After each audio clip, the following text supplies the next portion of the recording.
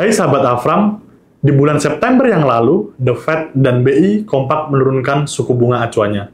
Hal tersebut diprediksi akan berlanjut, didukung oleh data inflasi yang mulai melunak ke arah target yang telah ditetapkan Bank Sentral.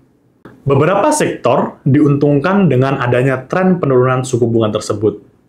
Misalnya, sektor properti dan keuangan, seperti multi-finance dan banking. Sektor properti telah meningkat sebesar 12% sepanjang tahun 2024 atau year to date, disusul oleh banking dan multi-finance yang masing-masing meningkat sebesar 8% dan 7% pada periode yang sama.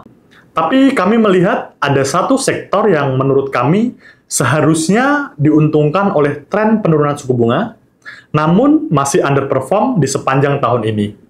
Sektor tersebut adalah sektor tower atau secara umum dikenal dengan menara telekomunikasi. Sektor ini biasanya memiliki kecenderungan debt yang besar untuk membiayai operasional ataupun ekspansi bisnis mereka. Ditambah, porsi debt dengan suku bunga mengambang yang cukup besar dan beberapa hutang dan obligasi yang akan jatuh tempo tentunya akan menurunkan biaya keuangan mereka di tengah tren penurunan suku bunga. Namun, sektor ini masih underperform dengan mencatatkan penurunan performa sebesar minus 13% di sepanjang tahun ini, sehingga menjadikan sektor ini cukup prospektif ke depannya. Kami memiliki pandangan positif untuk sektor tower di Indonesia, di tengah adanya konsolidasi dari beberapa pemain telco companies yang merupakan pelanggan utama dari tower companies. Kami memiliki 3 tesis utama yang mendukung pandangan kami. Pertama, kombinasi ekspansi organik dan anorganik seperti melalui akuisisi mendorong pertumbuhan di setiap perusahaan tower, khususnya di area luar Jawa.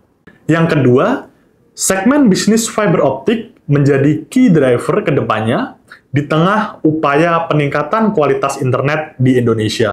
Dan yang ketiga, tren penurunan suku bunga ini bisa berdampak positif terhadap profitabilitas perusahaan. Selain ketiga tesis tersebut, kami juga melihat 3 player terbesar di industri ini juga masih menawarkan valuasi yang murah dan cukup menarik.